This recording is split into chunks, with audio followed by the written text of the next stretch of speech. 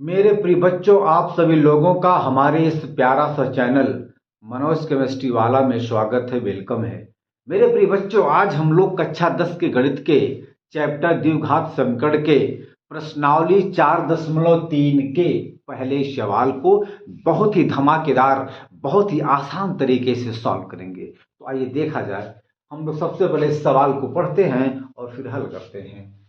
ये कह रहा है, यदि निम्नलिखित द्विघात समीकरणों के मूलों का अस्तित्व हो तो इन्हें पूर्ण वर्ग विधि द्वारा ज्ञात कीजिए। कहने का मतलब ये हुआ कि अगर इन द्विघात समीकरणों के मूलों का अस्तित्व है, अब मूलों का अस्तित्व क्या है मैं आपको समझा रहा हूं, तो इन्हें पूर्ण वर्ग बनाने की विधि के द्वारा ही ज्ञात कीजिए।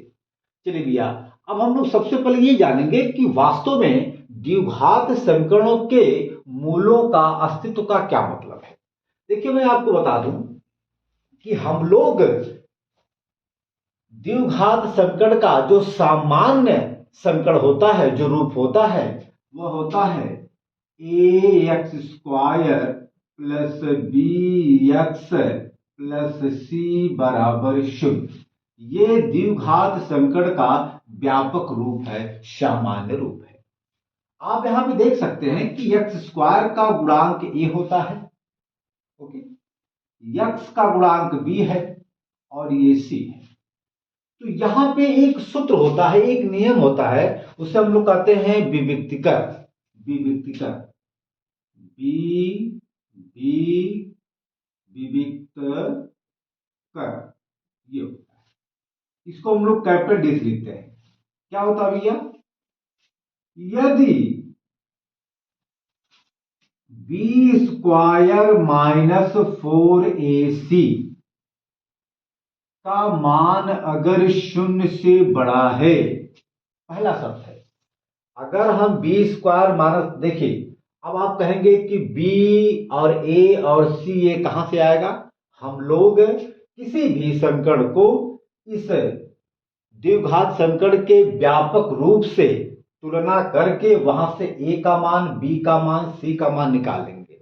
अभी आपको बताएंगे। निकालने के बाद इस फार्मूले में रखेंगे। रखने के बाद अगर इसको हल करते हैं और हल करने पर इसका उत्तर अगर 0 से बड़ा आता है, मतलब 1 आए, 2, मतलब +1 आए, +2 आए, +3 आए, 4 आए, 5 आए, कुछ भी आए, मगर 0 से बड़ा है, तो अगर ऐसा आता है तो भैया उसका अस्तित्व रहेगा। मतलब तो मूलों का अस्तित्व अस्तित्व है, रहेगा, अस्तित्व है। ठीक है ना? ये पहला है। दूसरा क्या है?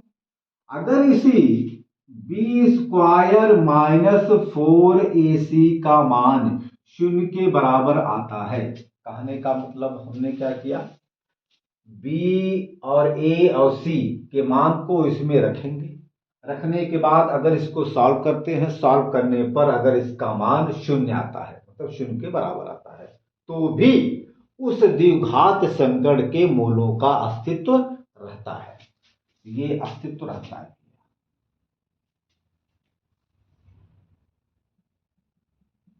अस्तित्व है। तीसरा क्या है?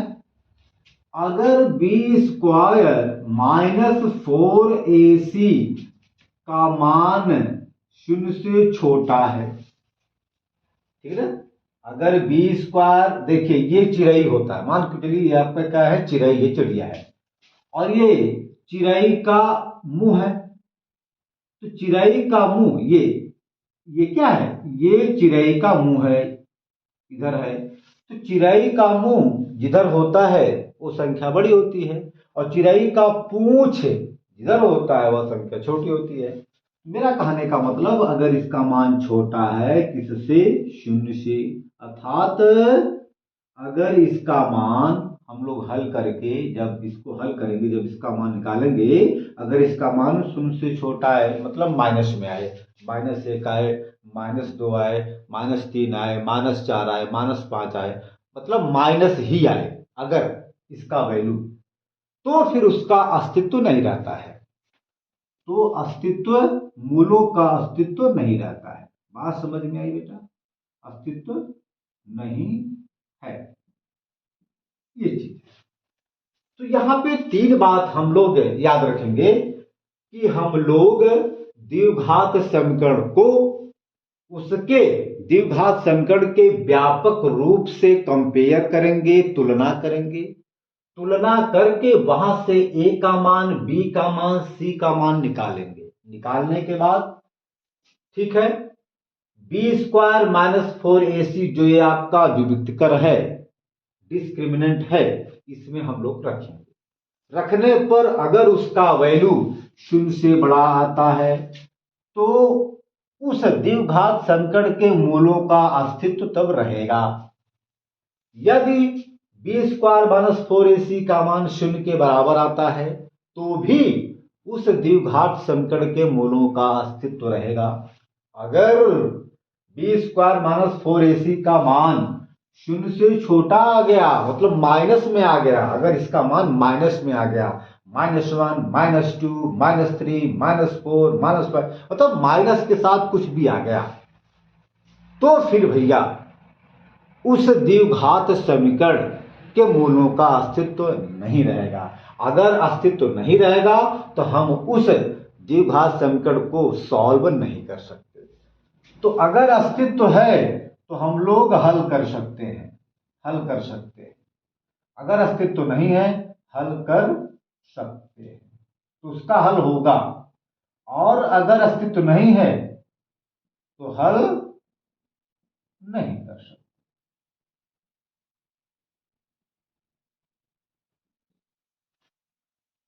यहां पे यही बता रहा है कि यदि निम्नलिखित द्विघात समीकरणों के मूलों का अस्तित्व है तो इन्हें पूर्ण वर्ग बनाने की विधि द्वारा हल, मतलब हल ज्ञात कीजिए।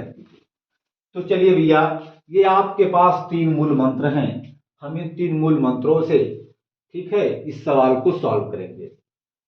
तो भैया देखा जाए तो अब हम लोग बारी बारी से प्रत्येक द्विघात संकट को का सबसे पहले उनके मूलों का अस्तित्व ज्ञात करेंगे। अगर अस्तित्व उनका रहेगा तो उसे हम लोग पूर्ण वर्ग विधि के द्वारा हल करेंगे। तो आप इसको नोट कर लीजिए। हम इसी को यहीं पे लिख दे रहे हैं। पहला आपका है बी स्क्वायर माइनस 4ac का मान 0 से बड़ा है। इसके बाद बी स्क्वायर माइनस 4ac का मान 0 के बराबर है। बी स्क्वायर माइनस 4ac का मान 0 से छोटा है। अगर ऐसा है तो इसका अस्तित्व है, इसका अस्तित्व है। फिर इसका अस्तित्व नहीं है, अस्तित्व नहीं है। इसको हम यहां से मिटाएंगे, ठीक है? क्यों ये? चलिए देखा। तो अब हम लोग पहला सवाल यहां पे देखेंगे, सॉल्व करेंगे। जैसे आपका पहला सवाल है, पहला आपका द्विघात समीकरण है 2x² माइनस 7x प्लस 3 बराबर 0। बात समझ में आई? तो अब हम लोग सबसे पहले ये ज्ञात करेंगे कि जो ये द्विघात समीकरण है, क्या इस द्विघात समीकरण के मूलों का अस्तित्व है? तो अस्तित्व को निकालने के लिए हम लोग इसी फार्मूले का यूज करेंगे, प्रयोग करेंगे। तो अब हम लोग सबसे पहले यहां से ए बी सी के मान को निकालेंगे। तो हम लोग जानते हैं कि द्विघात समीकरण का जो व्यापक रूप होता है बेटा जी, वह होता है ax² plus bx plus c बराबर 0। ठीक है ना? मैंने आपसे बताया कि x² का गुणांक a होता है, x का गुणांक b होता है और ये c होता है। आप यहां पे देख सकते हैं कि x² का गुणांक 2 है, अर्थात यही a है। इसके बाद x का गुणांक यहाँ पे -7 है और यहाँ पे x गुणांक b है, अर्थात यही -7 क्या है? -7 आपका b है। और ये आपका सी है। तो यहां से जो है अगर हम लोग ध्यान दें तो ए बराबर है +2, बी का मान है -7 और सी का मान है +3। ठीक है ना।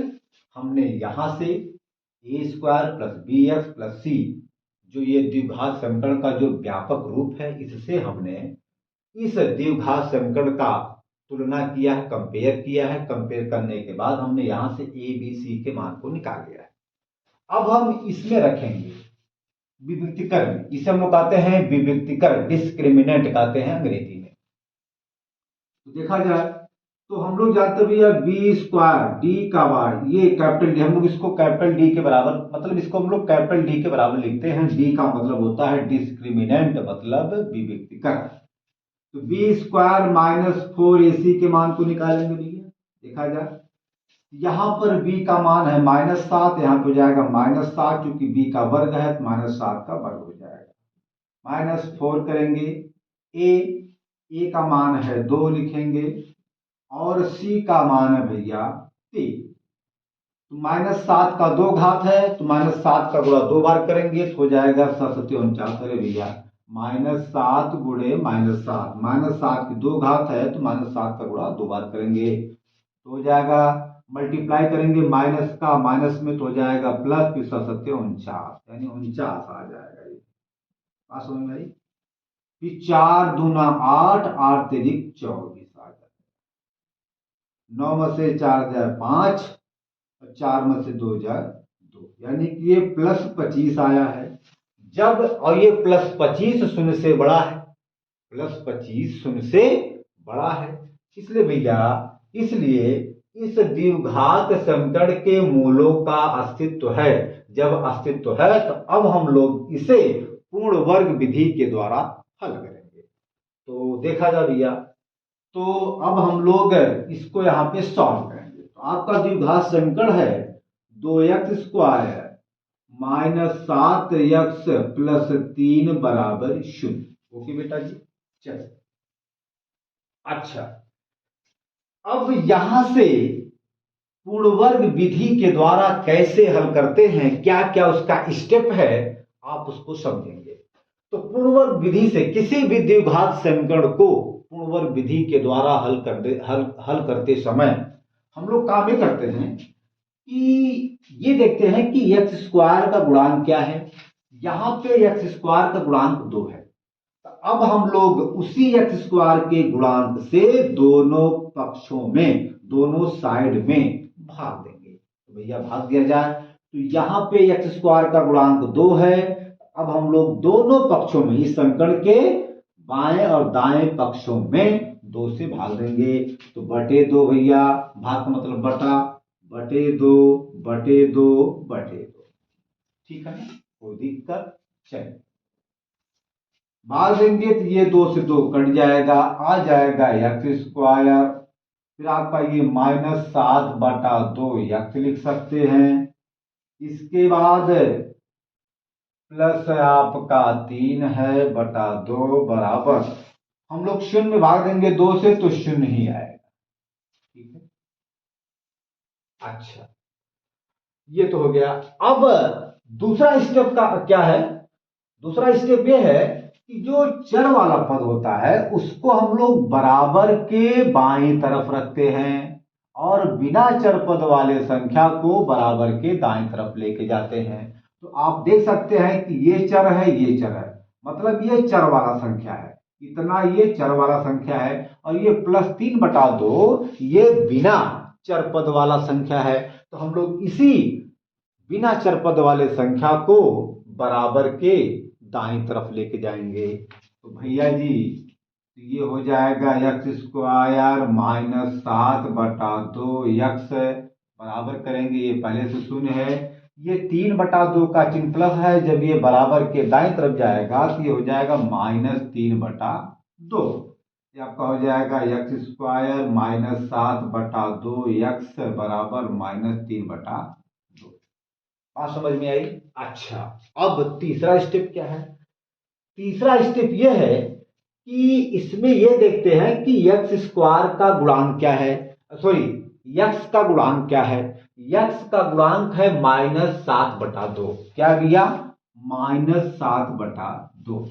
तो अब यक्स के गुणांक में 1/2 से मल्टीप्लाई करते हैं और मल्टीप्लाई करने के बाद जो भी संख्या आता है, ठीक है ना, तो उसका हम वर्ग करते हैं।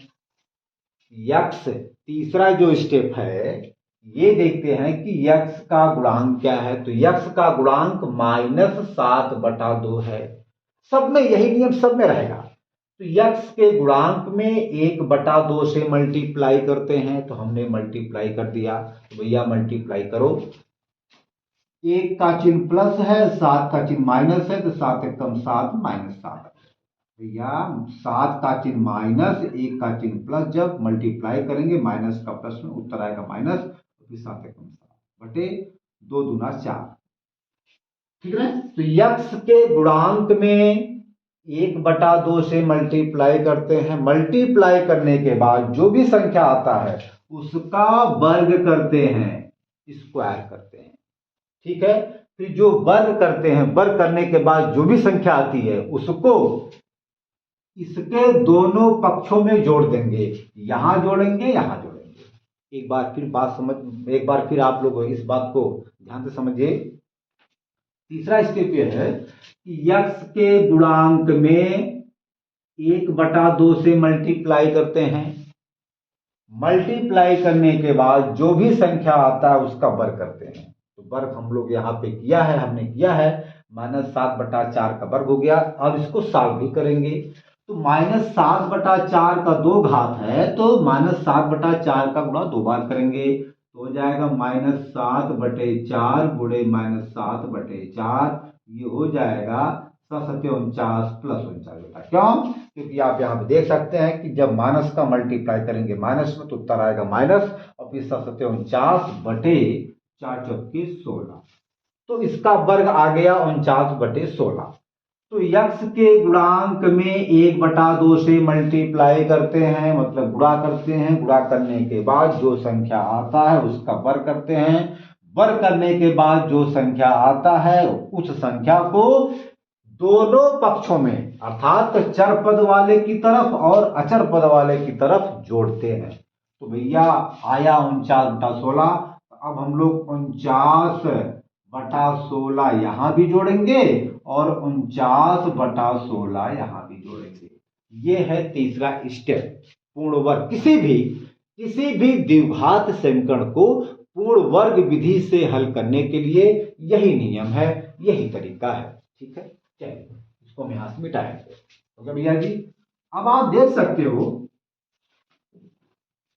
अब हम लोग जो है इसको यहां पे देख सकते हैं। देखिए ये वास्तव में अगर हम लोग ध्यान दें, इसको हम लोग लिख सकते हैं जैसे x², मतलब पहले पद का वर्ग,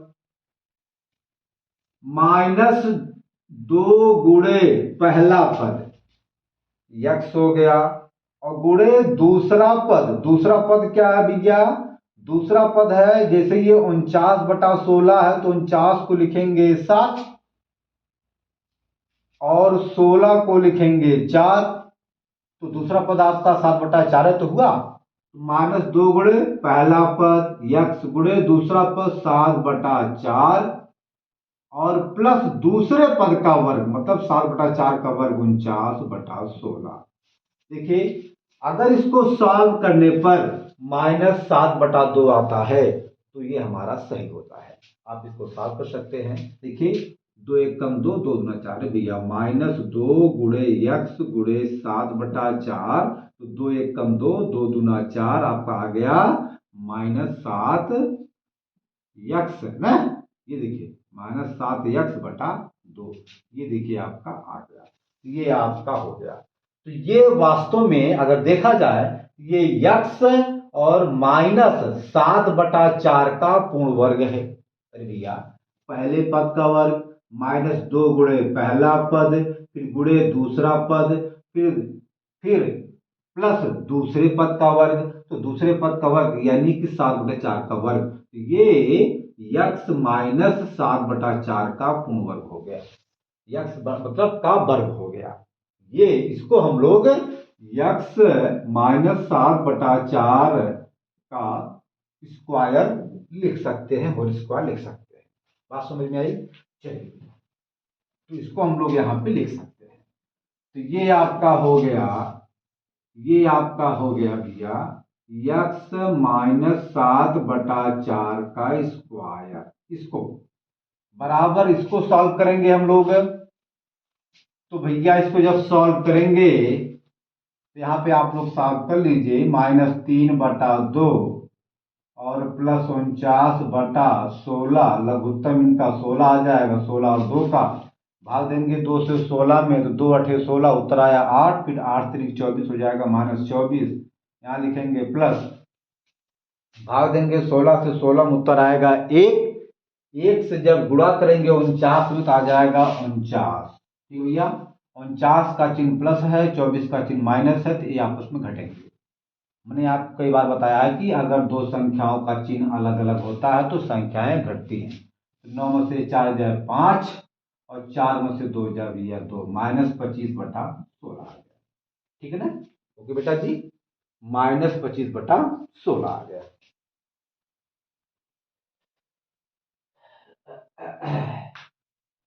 एक मिनट माना नहीं बेटा, क्योंकि जो ये 25 बेटा बचा है, ये 49 का बचा है और 49 का चिन्ह प्लस है, इसलिए 25 का चिन्ह क्या रहेगा? प्लस रहेगा।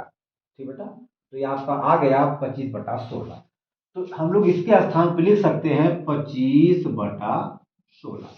हमने जब इसको हल किया तो हमने पाया 25/16। ठीक है भैया, इसको मिटा दें। चलिए देखो, अब ये वर्ग है, जब ये वर्ग बराबर के दाएं तरफ जाएगा तो ये वर्ग से वर्गमूल बन जाएगा, ये हम लोग जानते हैं। तो जाएगा यक्स -7/4 बराबर, ये जब वर्ग, जो ये स्क्वायर है, जो ये वर्ग है, जब ये वर्ग बराबर के दाएं तरफ जाएगा ये वर्ग से वर्गमूल बन जाएगा, हो जाएगा 25/16। ठीक है बेटा जी, बात समझ में आई? इसके बाद हम लोग इसको लिख सकते हैं यक्स -7/4 बराबर, जब इसका हम लोग वर्गमूल निकालेंगे तो 25 का वर्गमूल 5 और 16 का वर्गमूल 4, यानी कि +-5/4 हम लोग इसको लिख सकते हैं। अब आप कहेंगे कि सर जी ये प्लस माइनस आप क्यों लिखे हैं? बेटा जी, अगर हम +5/4 का वर्ग करेंगे तो भी हमें 25/16 मिलेगा, और अगर हम -5/4 का वर्ग करेंगे तो भी हमें 25/16 मिलेगा। इसीलिए हम लोग 5/4 के साथ या इसके वर्गमूल के साथ, प्रत्येक वर्गमूल के साथ जिस संख्या का वर्गमूल निकालेंगे उस संख्या, जो वर्गमूल के रूप में जो संख्या उत्तर आएगा उस उत्तर के साथ प्लस माइनस लिखते हैं। तो मेरा कहने का मतलब यही। ठीक है, इसको मिटा दो बेटा। चलिए चलिए, हो गया। अच्छा, अब हम लोग यहां पे सॉल्व करेंगे। अब हम लोग बारी बारी से एक बार 5/4 का चिन्ह प्लस लेकर के इसको सॉल्व करेंगे, और एक बार 5/4 का चिन्ह माइनस को लेकर के फिर इसको सॉल्व करेंगे। हमें यहां से दो उत्तर मिलेगा। मैंने आपको बताया भी था कि अगर, चूंकि द्विघात समीकरण में यक्स की दो घात है, इसलिए यक्स का दो मान आएगा। ठीक है, तो यहां पे लिखेंगे यदि, या लिखेंगे जब जब x -7/4 बराबर, एक बार हम लोग 5/4 का चिन्ह लेंगे प्लस के साथ, 5/4, तो x बराबर हो जाएगा 5/4। 7, देखिए -7/4 को जब हम लोग बराबर के दाएं तरफ लेके जाएंगे इसका चिन्ह माइनस से प्लस हो जाएगा, +7/4।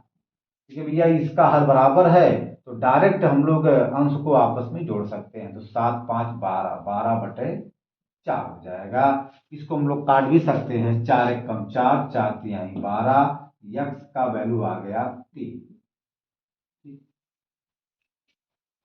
तो अच्छा, फिर लिखेंगे जब x -7/4 बराबर, अब हम लोग -5/4 लिखेंगे यहाँ पे, ठीक है ना।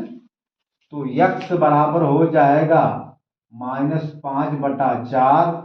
ये -7/4 जब बराबर के दाएं तरफ जाएगा तो इसका चिन्ह माइनस से प्लस हो जाएगा, +7/4। बात समझ में आई।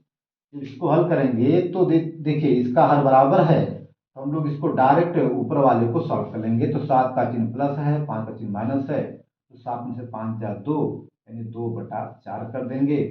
क्योंकि 2 का उत्तर 2 का चिन्ह प्लस आएगा, क्यों बेटा, क्योंकि 7 का चिन्ह प्लस है और 5 का चिन्ह माइनस है। जब हमने 7 में से 5 को घटाया है, उत्तर आएगा 2, और जो ये 2 बचा है ये 7 का बचा है, तो 7 का चिन्ह प्लस है, इसलिए 2 का चिन्ह आएगा प्लस। 2 1 कम 2, 2 दूना 4, ठीक है ना। तो इसका मान आ जाएगा भैया, इसका मान आ जाएगा x बराबर 1/2। ये x के दो मान आ गए, x का मान आ गया 3 और x का मान आ गया 1/2। वास्तव में यही x के दोनों मान इसके मूल कहलाएंगे। मतलब समीकरण, द्विघात समीकरण 2x² - 7x - 3 = 0, इसका जो मूल है वो मूल आ गए +3 + 1/2। आप इसको अच्छे से हल कीजिए। इसी नियम से सारे जो भी सवाल इसमें दिया गया उसको सॉल्व करेंगे। इसको जिसके मूलों का अस्तित्व है उसको हम लोग इसी पूर्ण वर्ग विधि के द्वारा, इसी स्टेप के द्वारा हम लोग सॉल्व करेंगे। ऐसे सेम टू सेम आप इसको हल कर लीजिए, फिर हम दूसरा सवाल सॉल्व करते हैं। चलो भैया मिटा दें इसको, भैया मिटा दें। चलिए अब हम लोग जो है दूसरे सवाल को सॉल्व करेंगे। कोई दिक्कत, कोई समस्या, कोई परेशानी बेटा? चलिए देखा, चलिए भैया दूसरा सवाल आपका है, इसी में दूसरा है, यहां लिखेंगे आपका दूसरा सवाल है 2x² + x - 4 बराबर 0। वही काम भैया, हम लोग सबसे पहले ये निकालेंगे कि इसके मूलों का अस्तित्व है कि नहीं है, ये याद करेंगे। अगर अस्तित्व है तो उसको पूर्ण वर्ग विधि के द्वारा हल करेंगे, अगर अस्तित्व नहीं है तो नहीं हल करेंगे। सिंपल सी बात है बेटा। चलिए अब हम लोग इसको द्विघात समीकरण के व्यापक रूप से कंपेयर करेंगे, तुलना करेंगे। तो हम लोग जानते हैं कि किसी भी द्विघात समीकरण का व्यापक रूप होता है ax² + bx + c बराबर 0। बात समझ में आई? अच्छा, अब आप देख सकते हैं कि a के स्थान पे 2 है, b के स्थान पे यहाँ पे बेटा +1 है जो कि छिपा है, क्योंकि यहाँ पे x का गुणांक 1 माना जाएगा, तो b का गुणांक +1 है, c का गुणांक -4 है। तो a बराबर आ गया आपका +2, b बराबर आ गया +1 और c बराबर आ गया -4। भैया ये देखिए जो गुणांक होते हैं वास्तव में वो चिन्ह के साथ लिखे जाते हैं, चिन्ह उसी संख्या का होता है। जैसे 4 के सामने माइनस है तो 4 का चिन्ह माइनस है, अर्थात हम लोग सिंबल, चिन्ह माइनस और प्लस के साथ ही इसको लिखते हैं। तो चूंकि 4 का चिन्ह माइनस है इसलिए सी का मान आ जाएगा -4। ठीक है, अब हम लोग विभक्तिकर इसके मान को निकालेंगे, निकाला जाए। तो भैया जी हम लोग जानते हैं कि d बराबर मतलब विभक्तिकर बराबर हो जाएगा b² - 4ac बराबर लिखेंगे। b का मान आया है 1, तो 1 का स्क्वायर हो जाएगा 1, माइनस दिया 4, तो 4 लिखेंगे, गुणे a का मान है 2, यहां लिखेंगे 2, गुणे c का मान है -4। 1 का वर्ग 1 ही आ जाएगा, ठीक है ना। देखा जाए 4 का चिन्ह माइनस और 2 का चिन्ह प्लस है, 4 का चिन्ह माइनस, अर्थात यहाँ पे 2 माइनस माइनस है। जब मल्टीप्लाई करेंगे माइनस का माइनस में उत्तर आएगा प्लस, और फिर 4 दूना 8, 8 चौक 32। देखिए 4 चौके 16, 16 दूनी 32 या 4 दूना 8, 8 चौक 32। ये आ जाएगा भैया प्लस 32 एक 33, यानी कि डी का मान आ गया प्लस 33 है, जो कि जो प्लस 33 है वो शून्य से बड़ा है, इसलिए इस द्विघात समीकरण के मूलों का अस्तित्व है। मैंने आपको बता दिया है कि अगर विभक्तिकर बी स्क्वायर माइनस 4ac का मान शून्य से बड़ा आता है तो उस द्विघात समीकरण के मूलों का अस्तित्व है, और यदि बी स्क्वायर माइनस 4ac बराबर शून्य अर्थात बी स्क्वायर माइनस 4ac का मान शून्य आता है तो भी उस द्विघात समीकरण के मूलों का अस्तित्व होता है। अगर अगर अगर बी स्क्वायर माइनस 4ac का मान शून्य से छोटा आता है, ऋणात्मक आता है, माइनस में आता है, -1 आए, -2 आए, -3 आए, -4, मतलब माइनस के साथ कोई संख्या आता है तो उस द्विघात समीकरण के मूलों का कोई अस्तित्व नहीं होता है मेरे प्रिय बच्चों, जैसा कि मैंने आपको यहाँ पे बताया है, समझाया है, लिखाया है। तो देखा जाए तो यहाँ पे डी का मान आ गया प्लस 3 माने प्लस 33, और जो कि प्लस 33 जो शून्य से बड़ा है, इसलिए इस द्विघात समीकरण के मूलों का अस्तित्व है। तो अब हम लोग आइए इसे पूर्ण वर्ग विधि के द्वारा हल करें। या इसको मिटा दें, चलिए कोई बात नहीं। तो ये आपका हो गया।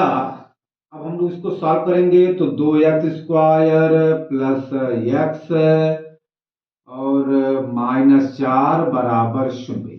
मैंने आपको बताया था कि पूर्ण वर्ग विधि के द्वारा हल करने के लिए 3 स्टेप होते हैं। पहला स्टेप क्या है? पहला स्टेप ये है, ये देखते हैं कि x² का गुणांक क्या है।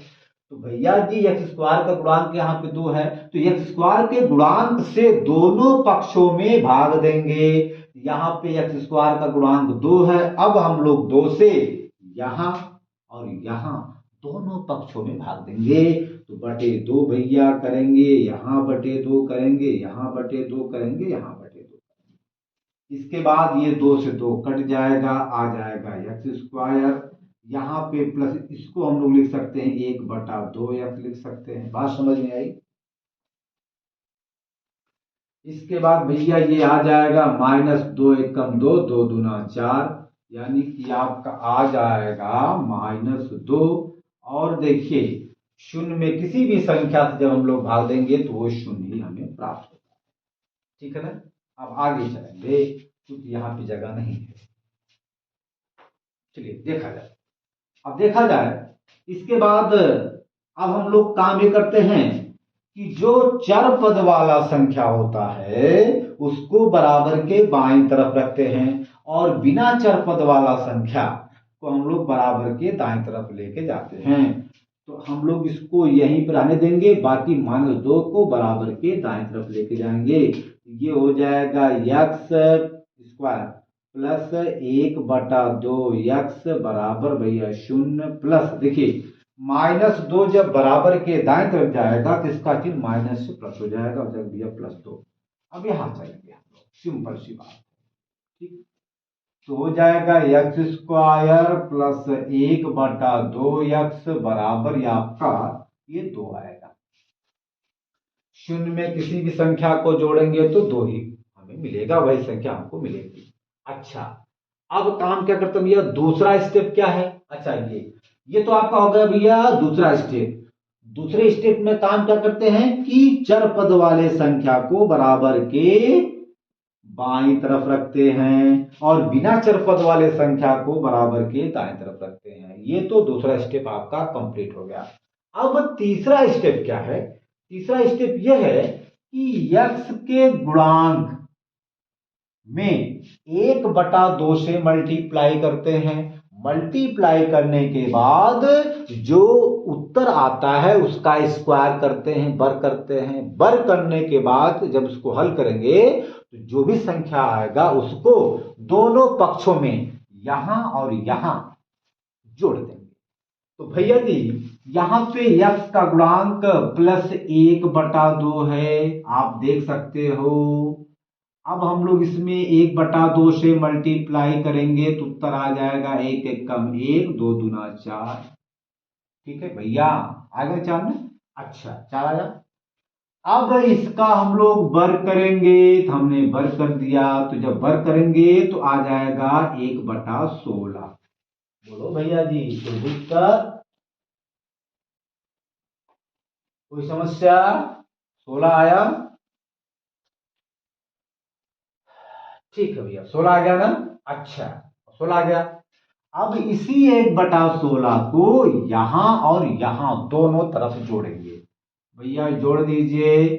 इसको हम लोग दूसरे स्टेप में लिखेंगे, x² प्लस 1/2 x प्लस 1/16 बराबर करेंगे। भैया इसको यहां से मिटाएंगे तो हो जाएगा 2 प्लस 1/16। बात सुन भाई। अच्छा, क्या ये पूर्ण वर्ग रूप में है? आइए हल किया जाए। अगर इसको हल करने के बाद देखा जाए, चलिए भैया इसको हम लोग यहां पर थोड़ा देखेंगे कि क्या ये पूर्ण वर्ग रूप में है। तो देखा जाए भैया, जैसे यहां पे ये है, जैसे ये पहले पद का वर्ग हो गया प्लस, अच्छा, और इसको हम लोग 1/16 को लिख सकते हैं 1/4 का स्क्वायर। बोलो भैया, ठीक है ना? ठीक है, तो ये x पहला पद 1/4 दूसरा पद, तो प्लस 2 गुणे पहला पद यानी x गुणे दूसरा पद 1/4। देखिए पहले पद का वर्ग प्लस 2 गुणे पहला पद x फिर गुणे दूसरा पद यानी 1/4। इसको जब हम लोग हल करेंगे 2 1 कम 2, 2 दूना 4, तो x/2 यानी x/2 आ गया, x/2 आ गया अर्थात, और फिर प्लस प्लस दूसरे पद का वर्ग यानी कि 1/4 का वर्ग हो जाएगा। ये कहने का मतलब जो है, अरे भैया एक बात फिर समझो इसको, ये वास्तव में पूर्ण वर्ग है। कैसे, आइए देखा जाए। इसको हम लोग लिख सकते हैं x का वर्ग 1/16 को लिख सकते हैं प्लस 1/4 का वर्ग, यहां प्लस है ना। चलिए अब हम लोग इसको सेट लगाएंगे, लगाने के बाद अगर यही आता है तो हमारा उत्तर सही, मतलब तब ये पूर्ण वर्ग माना जाएगा। सही सही भैया, ये पहले चलिए, तो ये पहला पद है x, दूसरा पद है 1/4, तो देखा जाए प्लस 2 गुणे पहला पद x फिर गुणे दूसरा पद 1/4। इसको आप सॉल्व करें, 2 गुणे x गुणे 1/4, तो 2 1 कम 2, 2 दूना 4 आ जाएगा, x 1 कम x, x/2 मतलब 1/2 x, यही 1/2 x देखिए आ रहा है ना, है ना। तो अब ये पूर्ण वर्ग आपका हो गया। ठीक है, अब अगर ऐसा है तो अब हम लोग इसको लिख सकते हैं क्या? इसको हम लोग लिख सकते हैं भैया x प्लस 1/4 का स्क्वायर, पहला पद प्लस दूसरे पद का होल स्क्वायर, इसको हम लोग इतना लिख सकते हैं। अच्छा, जब हम उसको जोड़ेंगे तो यहाँ पर हम लोग बटे 1 मान सकते हैं, तो यहाँ पे आप जोड़िए 2/1 प्लस 1/16 हो जाएगा, लघुत्तम 16 और 1 का आ जाएगा 16, भाग देंगे 1 से 16 में उत्तर आएगा 16, 16 से गुणा करेंगे 2 में तो 16 दूनी 32 आ जाएगा, प्लस करेंगे भाग देंगे 16 से 16 में उत्तर आएगा 1, 1 से 1 में जब मल्टीप्लाई करेंगे तो उत्तर आएगा 1, 32 प्लस 1 33 यानी आ जाएगा 33/16। बात समझ में आई? ठीक है ना। अच्छा, अब ये वर्ग जब बराबर के दाईं तरफ जाएगा तो ये वर्ग से वर्गमूल बन जाएगा। हमने आपको बताया था, हो जाएगा x x प्लस 1/4 बराबर हो जाएगा, ये जब वर्ग यहां जाएगा तो हो जाएगा करड़ी में 33/16। ठीक है, तो जब इसका वर्गमूल हम लोग निकालेंगे x प्लस 1/4 बराबर हो जाएगा। देखिए 35 का तो वर्गमूल नहीं निकल पाएगा, लेकिन 16 का वर्गमूल निकल जाएगा बेटा, इसलिए हम लोग इसको लिख सकते हैं। अच्छा, तो जब 33 का वर्गमूल नहीं निकलेगा तो 33 को हम लोग करड़ी के अंदर ही लिखेंगे, और 16 का जब वर्गमूल निकल जाएगा तो हम लोग 16 का वर्गमूल 4 लिख देंगे, 4 करड़ी से बाहर आ जाएगा। तो भैया प्लस माइनस के साथ आएगा, प्लस माइनस करड़ी में 33 और बटे 4। बात समझ में आई? कोई दिक्कत? अच्छा, अब हमने आपसे बताया कि अब हम लोग बारी बारी से एक बार प्लस एक बार माइनस को लेकर के इसको सॉल्व करेंगे। हमें यहां से यक्स का 2 मान आएगा, वही इसके उत्तर आ जाएंगे। तो यहां लगाएंगे भैया जी, चलिए, जब यक्स प्लस 1/4 बराबर प्लस माने कि करड़ी में 33 प्लस 4 करेंगे। अब इस प्लस 1/4 को बराबर के दाएं तरफ लेके जाएंगे तो इसका चिन्ह बदल जाएगा, तो हो जाएगा यक्स बराबर करड़ी में 33/4, ये प्लस 1/4 है। जब ये प्लस 1/4 बराबर के दाएं तरफ जाएगा, इसका चिन्ह प्लस से हो जाएगा -1/4।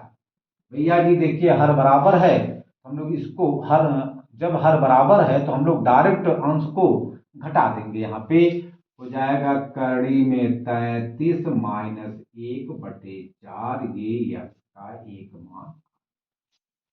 सिंपल सी बात है।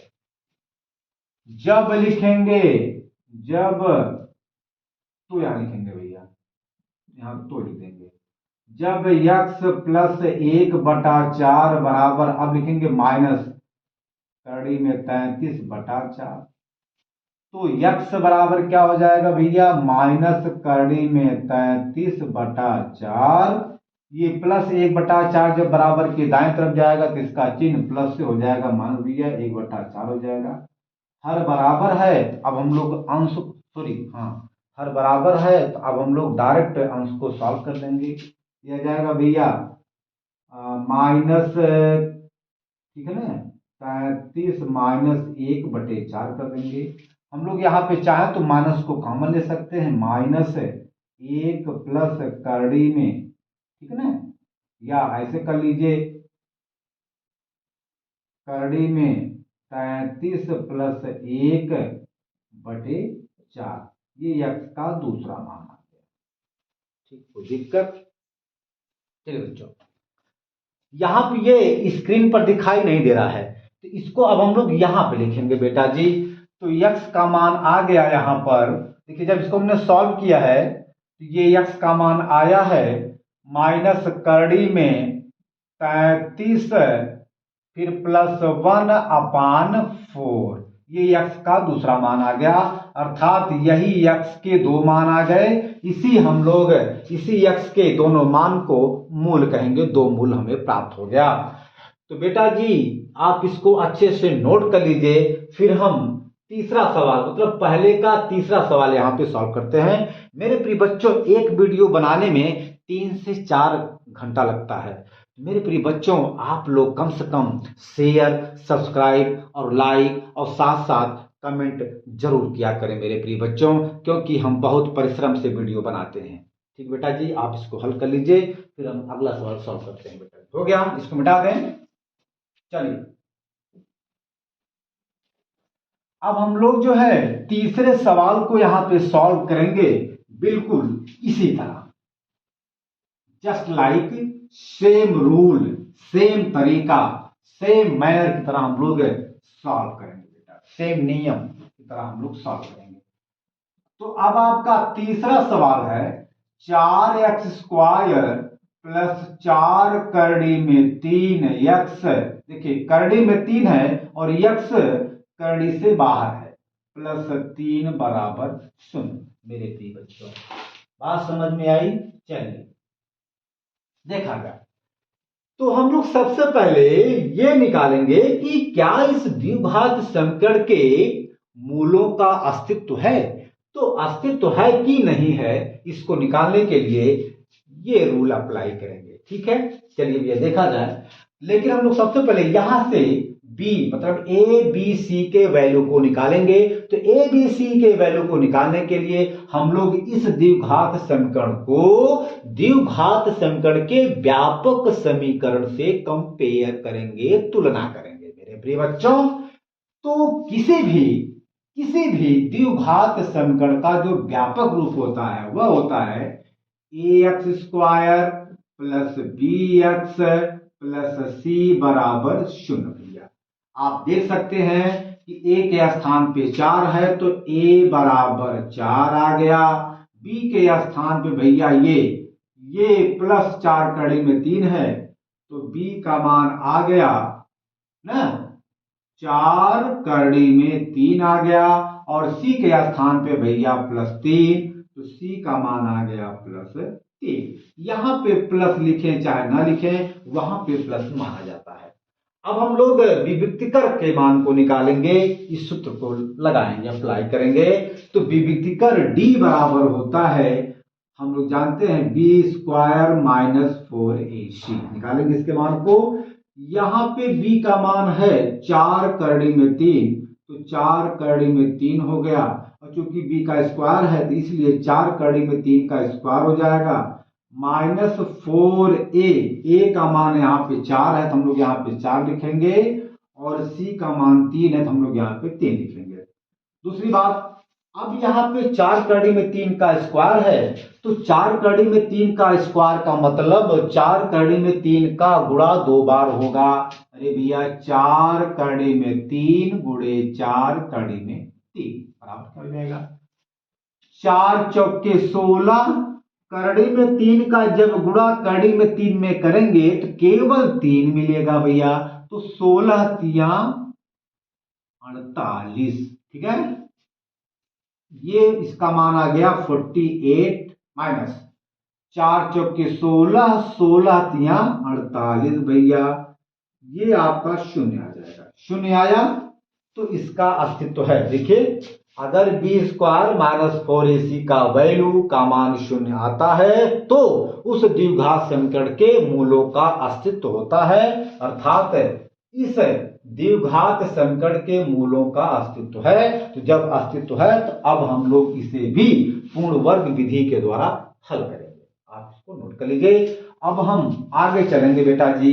तो हमारा जो द्विघात समीकरण है वह है बेटा जी 4x स्क्वायर प्लस 4 करड़ी में 3 फिर करड़ी में 3 है और x करड़ी से बाहर है प्लस 3 बराबर 0 बेटा जी। अच्छा फिर वही बात है कि पूर्ण वर्ग विधि के द्वारा किसी भी द्विघात समीकरण को सॉल्व करते समय पहला स्टेप क्या है? पहला स्टेप यह है कि x स्क्वायर के गुणांक से दोनों पक्षों में भाग देते हैं बेटा जी। यहाँ पे x स्क्वायर का गुणांक 4 है। अब हम लोग 4 से दोनों पक्षों में बाएं पक्ष और दाएं पक्ष में भाग देंगे। तो भैया भागे 4, भाग का मतलब बटा, बटा का मतलब भाग, बात वही है। भागे 4 या वही बात मतलब बटे 4 बटे 4 बटे 4। सिंपल सी बात है भैया। अब आगे चलेंगे हम लोग, ठीक है। चलिए भाग देंगे तो ये इससे कट जाएगा, आ जाएगा x स्क्वायर। ये भैया 4 से 4 कट जाएगा, आ जाएगा करड़ी में 3x। ये भैया प्लस 3 बटा 4। शून्य में किसी भी संख्या से भाग देते हैं तो शून्य ही प्राप्त होता है। चलिए आगे चलेंगे हम लोग। ये हो गया x स्क्वायर। अब देखिए अब काम ये करते हैं कि जो चर पद वाला संख्या है, जो दूसरा स्टेप है, दूसरा स्टेप यह है कि चर पद वाले संख्या को बराबर के बाईं तरफ ही रखते हैं और बिना चर पद वाले संख्या को बराबर के दाईं तरफ लेके जाते हैं। तो भैया चर पद वाला संख्या आपका यही तो है, यही x स्क्वायर प्लस करड़ी में 3x। और बिना चर पद वाला संख्या मेरे प्रिय बच्चों क्या है? प्लस 3 बटा 4। इसी प्लस 3 बटा 4 को बराबर के दाएं तरफ लेके जाएंगे। x स्क्वायर हो गया प्लस आपका करड़ी में 3 और जो x है वह करड़ी से बाहर है, बराबर आपका देखिए यहाँ पे 0 है, यहाँ पे क्या भैया? यहाँ पे 0 है। तो 3 बटा 4 का चिन्ह प्लस है। जब ये 3 बटा 4 बराबर के दाएं तरफ जाएगा तो इसका चिन्ह प्लस से माइनस हो जाएगा। तो भैया हो जाएगा माइनस 3 बटा 4। तो x स्क्वायर प्लस करड़ी में 3x बराबर माइनस 3 बटा 4। ठीक है। अच्छा, अब मेरे प्रिय बच्चों, अब काम क्या करेंगे? काम ये करेंगे कि एक्स स्क्वायर का गुणांक में, एक्स स्क्वायर के गुणांक में 1/2 से गुणा करेंगे। गुणा करने के बाद जो उत्तर आएगा उसका वर्ग करेंगे, फिर उसके वर्ग से या उसके वर्ग को दोनों पक्षों में, मतलब यहां और यहां हम लोग उसको जोड़ेंगे। तो एक्स स्क्वायर का गुणांक करड़ी में 3 है, ये आप लोग देख रहे हैं। इसमें हम लोग 1/2 से मल्टीप्लाई करेंगे, हमने मल्टीप्लाई कर दिया। मल्टीप्लाई का मतलब गुणा होता है। तो भैया आ जाएगा करड़ी में 3 एकम करड़ी में 3 बटे 2 एकम 2, यहां पर हम लोग बटा 1 मान सकते हैं, 2 एकम 2, ठीक है। इसका वर्ग करेंगे, जब वर्ग करेंगे तो भैया जी आ जाएगा, देखिए करड़ी में 3/2 का जब वर्ग करेंगे, वर्ग का मतलब 2 घात, अर्थात करड़ी में 3/2 का गुणा 2 बार करेंगे। करड़ी में 3/2 गुणे करड़ी में 3/2। तो जब कड़ी में 3 का गुणा करेंगे, कड़ी में 3 में तो केवल 3 आएगा, और जब 2 का मल्टीप्लाई करेंगे 2 में, अर्थात जब 2 का गुणा 2 में करेंगे तो 4 आ जाएगा। सिंपल सी बात। अब यही 3/4 को हम लोग यहां दोनों पक्षों में जोड़ेंगे भैया। तो हम लोग जोड़ेंगे तो हो जाएगा एक्स स्क्वायर प्लस करड़ी में 3, यहाँ पे एक्स प्लस 3/4 यहां जोड़ेंगे। भैया इसको मिटा दें, इसको मिटा दें, इसको नोट कर लीजिए कहीं पर, मिटा दें। चलिए, ये बराबर फिर आपका माना 3/4 प्लस 3/4 हमने जोड़ दिया, ठीक है। अब इसको हम लोग सेट करेंगे, देखा जाए तो अगर हम लोग ध्यान दें, अगर इसको हम लोग लिख सकते हैं एक्स स्क्वायर प्लस करड़ी में 3, तो हम लोग लिख सकते हैं, ये आपका करड़ी में 3 है, हम लोग इसको लिख सकते हैं 3/4 को हम लोग लिख सकते हैं करड़ी में 3 गुणे करड़ी में 3 बटे 2/2।